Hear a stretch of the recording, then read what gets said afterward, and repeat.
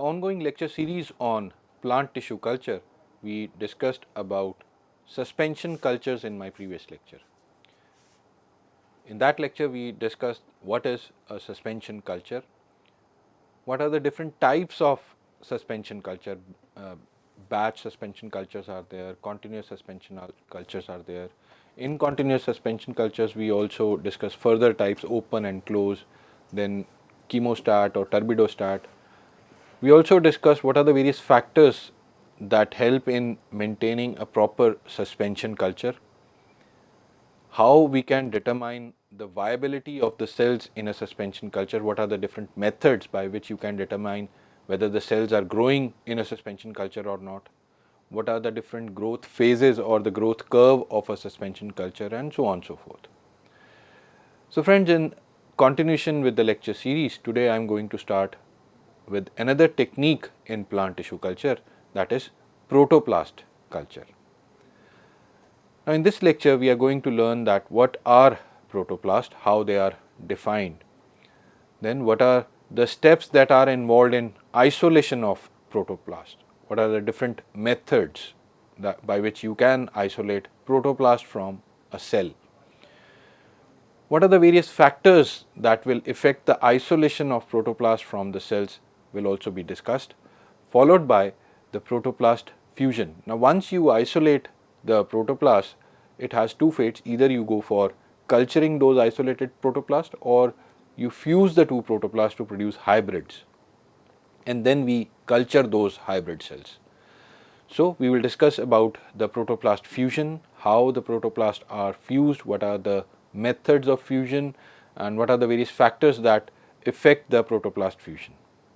Then we will discuss about the protoplast culture, that what are the various techniques by which you can culture a protoplast. In the end, we will discuss about somatic hybridization.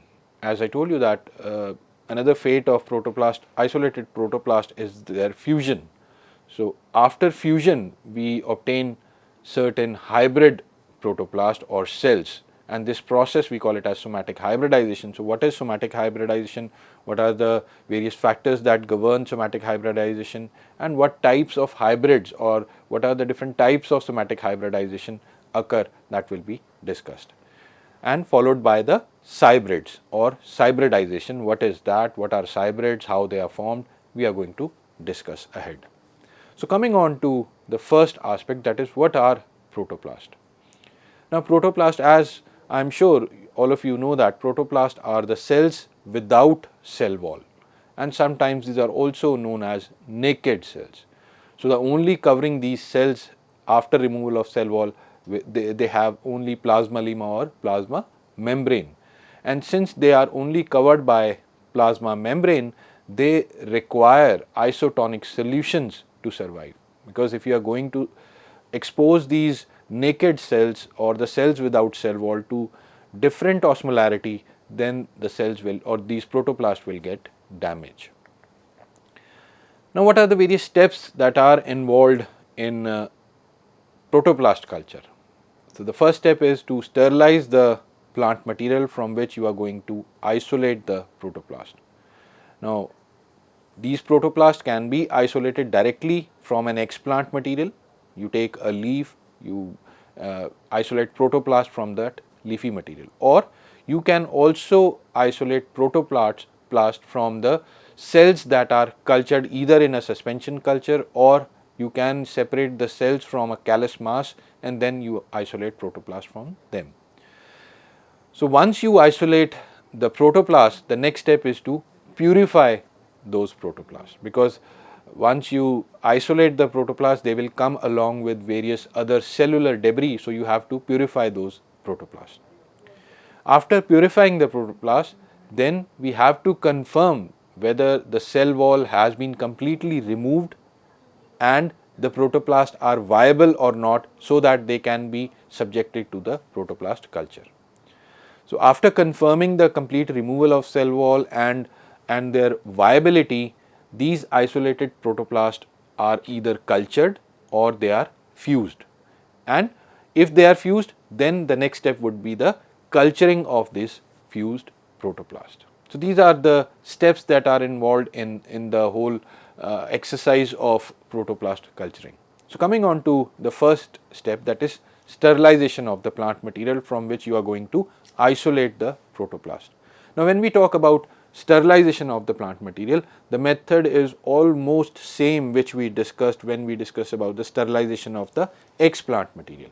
Now the tissue of interest is normally exposed to 70% ethanol for 1 minute, followed by its submergence in hypochlorite solution, which is a normal bleach solution in a concentration of 0.6% for suitable period of time, which is generally 20 to 25 minutes, and then these sterilized plant material are properly washed with the sterile water to remove any kind of traces of ethanol or hypochlorite bleach. Now once the plant material is sterilized, the next step is to isolate the protoplast from this sterilized plant material. Now there are different methods of isolating protoplast, and these are mechanical and enzymatic. Now mechanical method is more primitive in comparison to enzymatic method, and as their name indicate, in enzymatic method we use different enzymes to isolate the protoplast. So when the enzymatic method was discovered, initially it was a two-step treatment method, but with the passage of time, various combinations of enzymatic mixtures were prepared, therefore reducing one step of this process and then converting it to a single step treatment method. So coming on to the mechanical method, as I told you that this is more primitive method which was first introduced in 1892 by Clerker. Now this process involves three major steps. First is plasmolysis, second is cell wall removal, and third is deplasmolysis.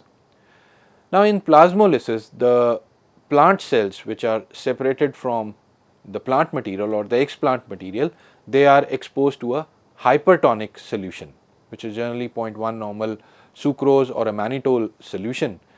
Now this hypertonic solution causes the shrinking of the protoplast. Because the solution is hypertonic, excess of water from the cell will move into the outer solution, thereby shrinking the protoplast. Now this plasmolysis step is important because by this we are shrinking the protoplast, thereby we are protecting the plasma membrane from getting damaged from the second step, wherein we are removing the cell wall. So after the protoplast is shrink or the plasmolysis is done, the cell walls are then removed with the help of a sharp blade by cutting the cell wall under microscope. And this shrinking of the protoplast in the first step helps in protecting the damage of plasma membrane while cutting the cell wall. Now once you have cut the cell wall, you have removed the cell wall, then the third step is the deplasmolysis, wherein the cells are exposed to the hypotonic solution and the water again diffuses inside the plant cell, thereby swelling the plant cell. Now exposure to these hypotonic solution should be one should be very careful, because sudden exposure to hypotonic solution may cause bursting of the protoplast. Therefore it is always advisable to gradually increase the hypotonicity of the hypotonic solution while deplasmolysis of the protoplast. Now there are certain disadvantages of this method. First one is the low protoplast yield. Because this is a mechanical method, you have to cut the cell wall with the help of blade and a microscope. There is every possible chance that you are going to damage the cell, and therefore the actual yield of the protoplast is very less. And it's not only the yield, but the viability of the protoplast is also very less. And as I have discussed that you have to cut the cell wall under microscope, so obviously this method is very laborious and tedious. And it has also been found that this method does not perform well in the non-vacuolated cells. Now we move on to the second method of isolating protoplast, that is enzymatic method. In comparison to mechanical method, it is much latest method in comparison to the mechanical, as it was discovered almost 70 years after the mechanical method by Cocking in 1960. And as I told you that initially this method was a two-step treatment method, wherein the plant tissue was macerated and incubated with a enzyme known as pectinase. Now this enzyme pectinase, it dissolves the pectin, which is the material present in the middle lamella of the cells. Now pectin is a substance that helps in binding of the two cells, and in order to isolate the protoplast, first we have to separate the cells. So in order to separate, we treat the tissues with pectinase, which dissolves the pectin or from the middle lamella, thereby separating the cells. Once the cells are separated, then they are incubated with a mixture or individual enzymes like cellulases or hemicellulases, because we know that cell walls are largely made up of cellulose or hemicellulose. Now these enzymes basically dissolve the cell wall, thereby providing us the protoplast. Now since this is a two-step method, this was time consuming, and later on various mixtures of enzymes were prepared, and these mixtures were nothing but mixture of pectinase, celluloses and hemicelluloses, thereby reducing this method to a single step. So the plant material is sterilized and it is macerated, then it is incubated with the mixture of enzymes like cellulases and pectinases, wherein the pectinases dissolve the middle lamella pectin, making the cells free, and cellulose dissolve the cell wall in a single step. But in this step, one has to take care that the concentration of osmoticum wherein the cells are being treated should be proper, because if the concentration is low, or we can say that osmoticum is hypotonic, it will cause bursting of the protoplast, and if the concentration of osmoticum is very high, that is hypertonic, it may cause lysis of the protoplast. So proper concentration, optimized concentration should be there. Then the incubation of the cells along with the enzymatic mixture should be at 25 to 28 degrees Celsius for shorter period of time, that is 2 to 6 hours, or they can also be incubated at these temperature at longer duration for 12 to 20 hours or even overnight. Now the temperature here is critical, because higher temperature, exposure to higher temperature may cause damage to the protoplast.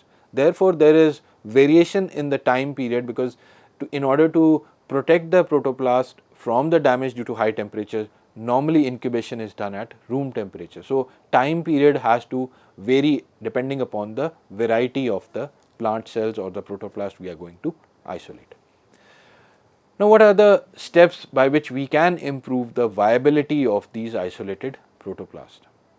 So the first step is to cut the plant material into small pieces. Now this increases the surface area of the substrate, that is the plant material, which has to be acted upon by the enzyme.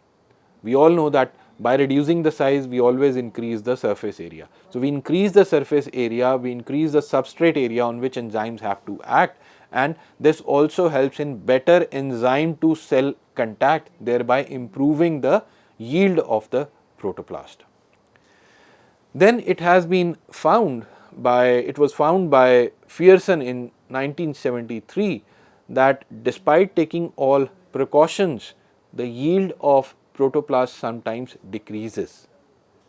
And in their research, they found that this decrease in the yield of protoplast was largely due to inactivation of the cellulase enzymes.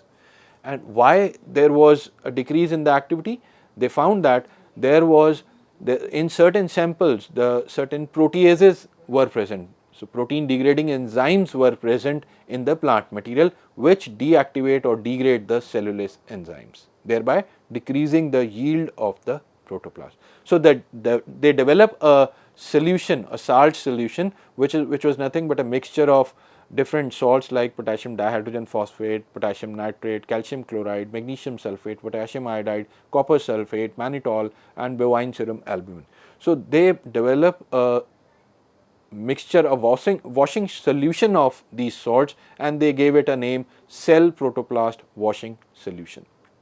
Now by treating the cells with this washing solution, it was found the proteases which causes the damage to cellulases were degraded or made deactive, thereby restoring the protoplast yield by the enzymatic method. Third is, we should always go for plasmolysis before incubating the cells with the enzymatic mixtures. Now, this plasmolysis, as we discussed, that it causes shrinking of the protoplast, thereby separating the cell membrane from the cell wall. This also prevents, as I told you, the damage of the plasma membrane, making the protoplast viable.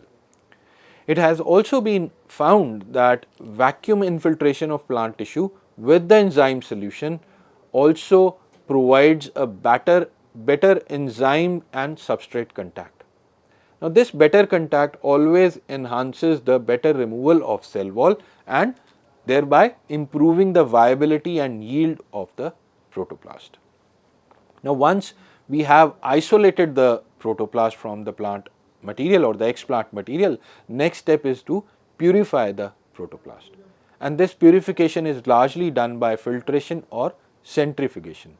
For filtration purpose, we pass the suspension of the protoplast and the cellular debris through a nylon or a metal filter having pore size of 30 to 100 micrometer. Now, this kind of filtration, basically it removes the larger cellular debris. Now, once the larger debris is removed, the filtrate, which is nothing but mixture of suspension of the protoplast minus cellular debris, is then gently centrifuged to avoid the damage to the protoplast. And this centrifugation is done at 100 G for 5 minutes. After this centrifugation, the debris remains suspended, but the protoplast being heavier than the debris, they form a pellet. This pellet is then removed and is resuspended in the osmoticum, and again centrifugation at 50 G for 3 to 5 minutes is done, and the whole process is repeated till you get the pure form of the protoplast. Now, there is an alternative to this method, wherein, because in the first method we discussed a pellet of protoplast is formed. Now, in the second method, we just make some alterations in the centrifugation speed and time, thereby we form a band of protoplast which remain floating rather than getting sediment at the base, it remains floating at the top of the suspension. So, for this protoplast pellet which is obtained after centrifugation by the first method is again resuspended in the osmoticum, which is normally nothing but the cell protoplast washing solution, and then it is again placed on a sucrose pad having a concentration of 21% in a centrifugation tube. Then this tube is exposed to centrifugation at 100 G for 10 minutes, and a dense band of protoplast is formed at the meniscus of the washing solution, which is removed with the help of a pipette. And the whole process is repeated if the protoplast are not purified by this method. So, until you get a purified protoplast bed, this process is repeated. Now, once you have isolated the protoplast, you have purified the protoplast, next step is to confirm whether you are able to remove the cell wall and whether the protoplast are viable or not. Now, in order to confirm whether the cell wall has been completely removed or not, we can stain the protoplast either with chalcofluor white dye or tinapol dye and observe it under UV light. Now, if you get a blue fluorescence from the cell, that indicates the presence of the cell wall on that material. So, as you can see in the picture, the upper cell is completely blue, which indicates the cell wall is quite intact, whereas in the lower image you will see a red colored cell. It is not stained by chalcofluor white and therefore it appears red, which indicate the cell wall has been completely removed. Likewise, when the protoplast are stained with tinapol dye and observed under UV light, if you get a yellow color on a cell, that will indicate the presence of the cell wall. If the cells are not yellow colored, that will indicate the cell walls have been completely removed from the cells. Now, these are the two methods by which you can determine whether the cell walls from the protoplast have been removed or not. Second is to check the viability of the protoplast. For this, we have Fisin Diacetate method, which we also discussed in my previous lecture during when we discussed about checking the viability of the cells in the suspension. So, as I told you that Fisin Diacetate is a dye which is highly permeable through the cell membrane and it immediately enters into the cell through the membrane. Now, once it enters into the cell, it is acted upon by the esterase enzyme. Now, this enzyme break down this Fisin diacetate into a compound which we call it as a fluorescein compound. Now, this fluorescein compound is non-permeable to the membrane and therefore, it does not passes out of the cell, but it starts accumulating inside the cell. And when you observe it under the UV light, it will give you a yellowish green fluorescence. Now, if a cell is giving yellow-green fluorescence, it indicates it is a viable protoplast because esterase enzyme will be present only in the viable protoplast and not in the dead cells. And if your cell is dead, it will not give you any kind of fluorescence. And once you get the fluorescence, you can always count the viable protoplast using hemocytometer.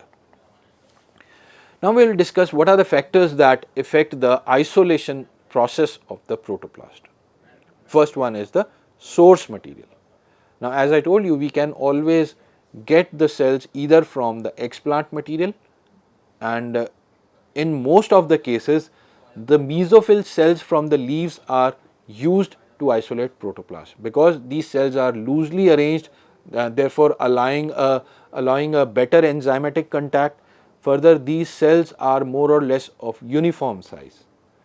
And if the mesophyll cells it is not possible to isolate mesophyll cells or the protoplast are not viable from these mesophyll cells as in case of cereal plants, then we can always take cells from either suspension culture or from the callus cells, or in brief we can say we can take cells from the cultured cells. Now, whatever source is your source of the cells is, the important factor is age of the cells. It has always been found that the cells obtained from young tissues or the young leaves are have more vigor, have more viability in comparison to the mature cells. So, age of the source plant material is an important factor which can affect the yield of the protoplast and viability of the protoplasts. Second factor is what type of enzymes you are using. Whether you are using appropriate mixture of the enzymes or not, that again is a question that will affect the isolation of the protoplast. And it's not only the mixture, but the concentration of the enzymatic solution is also important. And nowadays it has been found various commercial mixtures of enzymes are available. So, as you can see, cellulase Ozunka RS, cellulase R10 which is 10 times more active than the normal cellulase, then mesarozyme R10 which is nothing but a mixture of cellulase, hemicellulase and pectinase enzyme. So, all these commercial mixtures are now being used for isolating the protoplast. Now, there are certain problems with these commercial mixtures because they are sometimes contaminated with proteolytic enzymes or the salts or the phenolic compounds. So, in order to overcome these problems, some people advise that these enzymatic mixtures should be first purified before they are being used, and for purification they are eluted through a Cefadex G25 column, or they are treated with activated charcoal which helps in the removal of all these unwanted materials from the enzymatic mixtures. So, friends, we will discuss other factors that affect the protoplast isolation in the next part of this lecture. Thank you.